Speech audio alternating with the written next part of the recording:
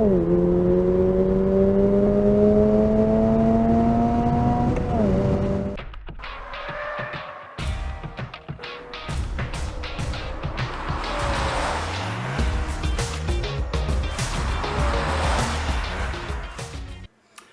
everybody, and welcome to Photomikes Garage. Okay, so we're not in the garage today because I want to talk about the new 2022 BRZ. Okay, I think like a lot of you, I got up early on Wednesday to watch the 2022 BRZ reveal on the computer, and I was pretty impressed. There's quite a few changes, and I'm very happy to see that because I own a 2013 Scion FRS, which is basically the same car as the BRZ. And I love that car. It's been great. Every day when I drive it, I enjoy it, and I don't regret that purchase at all. But like a lot of you, there's things that I would like to see improved in this new model, things that could be made better. And so I was very happy to see that quite a few changes have occurred. So after watching the reveal and thinking about it, doing a little bit of research, I have come up with the 10 reasons why you should buy a new 2022 BRZ. Or the 86 when it comes out too. Okay, reason number one is that this car will handle better than the outgoing model. And I think by quite a bit. And that's saying something because the previous model was an incredibly good handling car. Okay, so why do I think it's going to handle better? Well, first of all, it's still very lightweight. It is a little bit heavier than the outgoing model by maybe 80 pounds. It's going to be about 2,815 pounds, but that's still a very lightweight car in a world of heavyweight cars. And lightweight makes a great handling vehicle. Okay, it's kept its weight under control because it has aluminum fenders, hood, and roof. So it's lightweight, and the handling has been improved by a lower center of gravity. The larger engine is actually lower in the chassis, and the entire car is a ½ inch lower. All these things are going to improve the handling potential of this car. The new BRZ chassis has increased stiffening, in fact, an increase of 50% in torsional stiffness. And of course, it's running with better tires, Michelin Pilot Sport 4 tires, way better than the Prius tires that they used to have. And the BRZ has a wider rear track. How much wider, I'm not sure, but a wider track is going to help handling.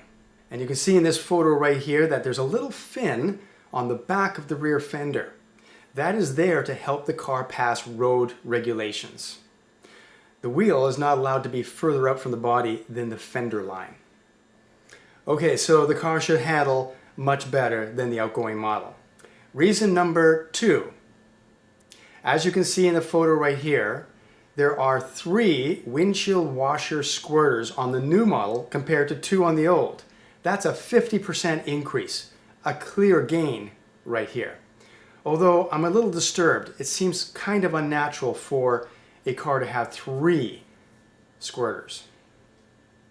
Reason number 3, the car still comes with a silky smooth manual transmission. Hashtag save the manuals.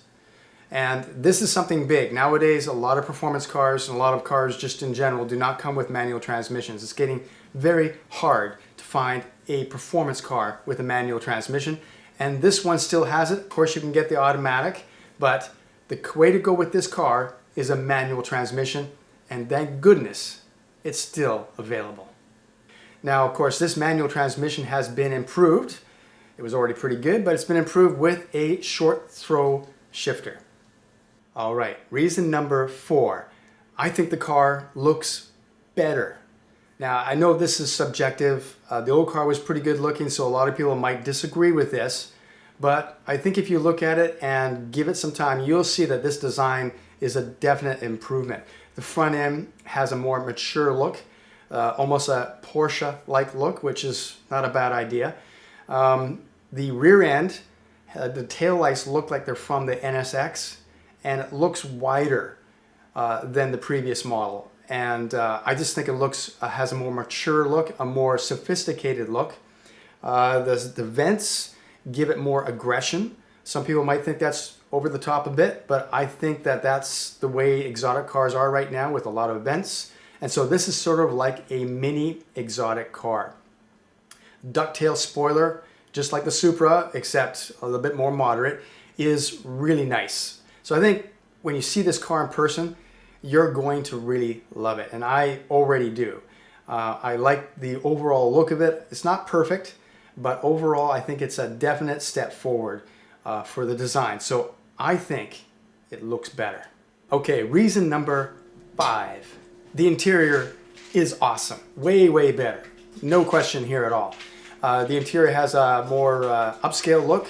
The materials are better. The touch areas are all softer, at least it appears that way. The steering wheel still looks very similar, and I do wish it had a flat bottom. That would have been nice, but overall the interior is way better. And of course you can't miss that 8-inch touchscreen that's in the middle of the dash there. That's definitely a big upgrade.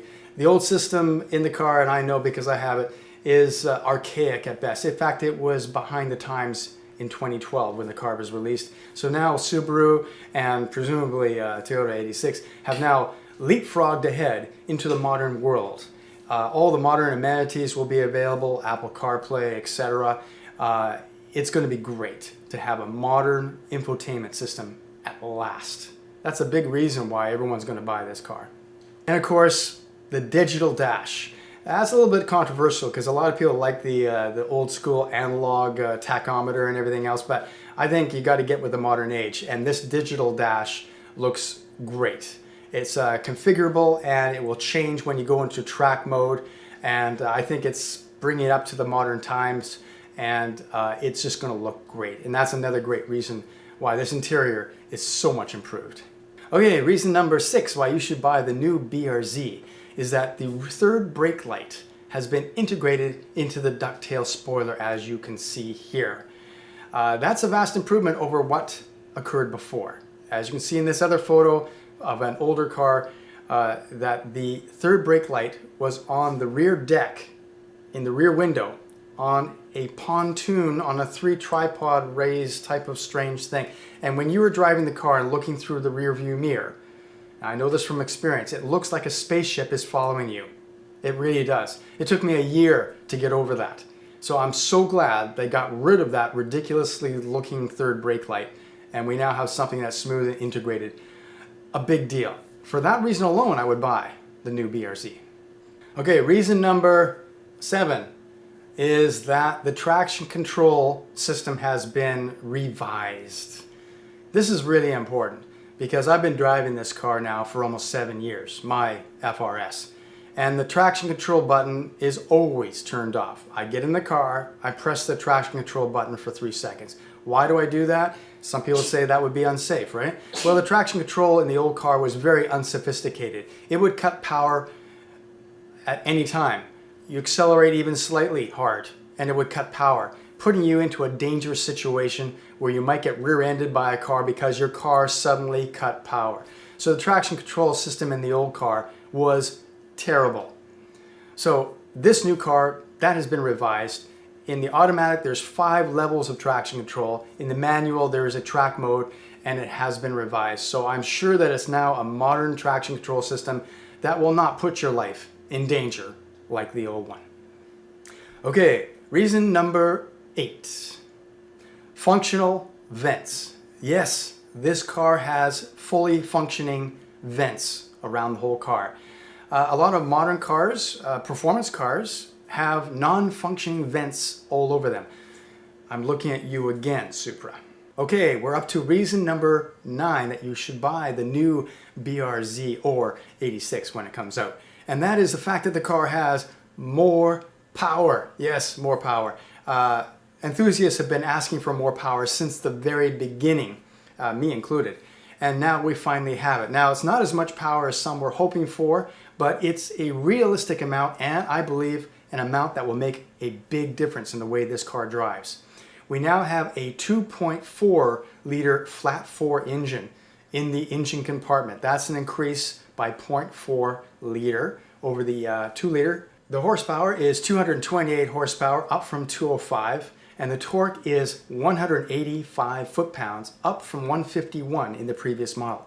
That's a 15% increase in torque. That's a big deal in a car that weighs this light.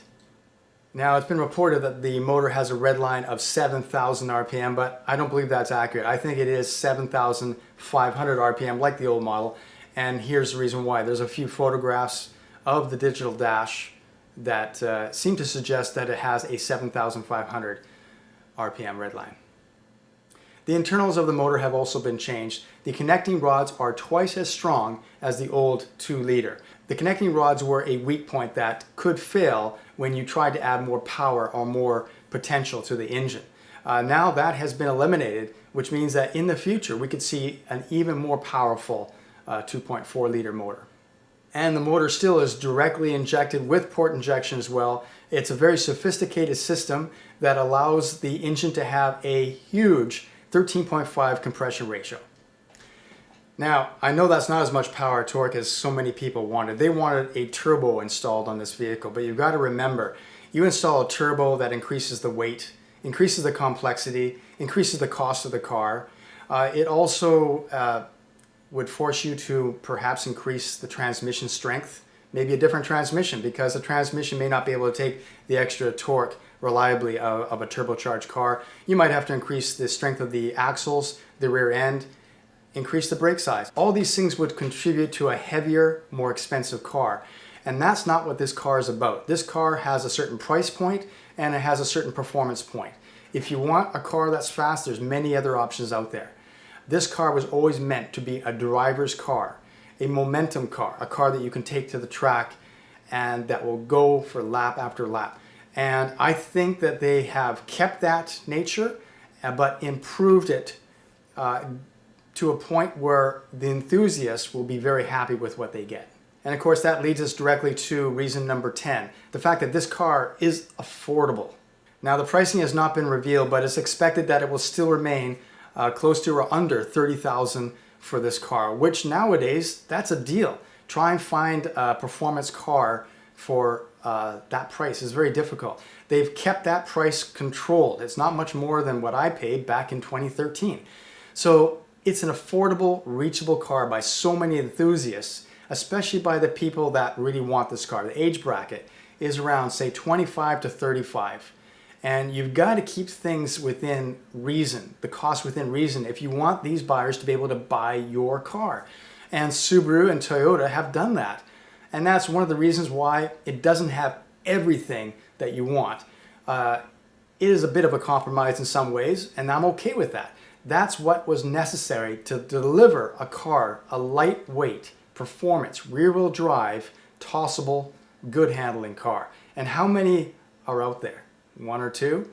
So I think we should be very happy that Toyota and Subaru have kept this car going. The sales have never been huge. This is not a huge seller for either company, but I think it's important that they kept it going for the enthusiasts, and that makes me happy. Okay, those are 10 reasons why you should buy the new BRZ, but I've got 2 bonus reasons as well. One of them is in this photo right here. Right there. You see what that is? That is an oil cooler. No one else has mentioned this in all the reviews as far as I know. I think I'm the first to have realized that this car has a oil cooler. It's right underneath the oil filter. It uses the engine coolant to help cool the oil. And all the turbocharged flat 4s have this in the Subaru lineup, and now so does the BRZ. Now, the fact that there is an oil cooler, which I retrofitted on my car, by the way, and it does work, it reduces your oil temperatures by a few degrees. Now, the fact that they put this on the new BRZ, could that mean that they plan on turbocharging this engine in the future? I don't know, but maybe they do. And now maybe that's why the cooler is there. And my final bonus tip is this little graph that was shown to us by Subaru right there. Now, that graph shows a smooth, curved torque line in the graph. Now, anybody who's driven the previous model will know that they had something called the torque dip, the infamous torque dip. And I know this very well because I drive this car almost every day. And what that is that the torque when at low RPMs increases very well, and then it goes into a dip around 3,500 RPM to 4,000 RPM, giving the car a very lazy feeling, because that's often where you shift. You have to rev the car up to almost its red line to get the full feeling of power in this car. It's been an annoyance since the very beginning. Many people have talked about it since 2013, and many people have speculated why it was there and why the engineers didn't remove it originally. But I'm here to tell you that this new car, the new BRZ, will not have any torque dip. Of course, the graph shows that there's no torque dip, but there's another reason as well. So I learned the following from the Luxurious Fleet YouTube channel. Go check it out, the guy's great. What I heard from them is that the torque dip was there to pass emissions in Europe. As you know, the 86 was sold in Europe and around the world, and the emission standards in Europe are different from the ones in North America, and they have to make a global platform that will pass emissions in all countries, and that for whatever reason unknown, that the engineers had to engineer in a torque dip in order to pass European emissions. And of course, we also know that this new BRZ and 86 are not going to be sold in Europe, apparently. And so therefore, the torque dip is not necessary to pass emissions there. So for that reason, and for I'm sure other reasons, there is no torque dip. So that's why this car is going to be so good. The 10 reasons I've given you, the no torque dip, the larger motor, the more horsepower, the more torque, that's going to make in combination a gigantic difference. So unlike the people that are saying that this is not enough and too little too late, I disagree. This car, I drive this car every day, and I recommend anyone who can to get a used one if they can, or if they can afford it, get the new one, because the improvements are dramatic and real. So those are my 10 reasons plus 2 bonus reasons for why you should buy the brand new BRZ or 86 when it comes out. And I intend to buy a new BRZ or 86. I might buy the 86 because the BRZ has the happy face, while the 86 will have the more aggressive frowning face. And that suits me a little bit better, I think, because I'm usually in a bad mood. Anyway, thanks for watching Photomikes Garage. I will see you next time. Man, what an incredible car.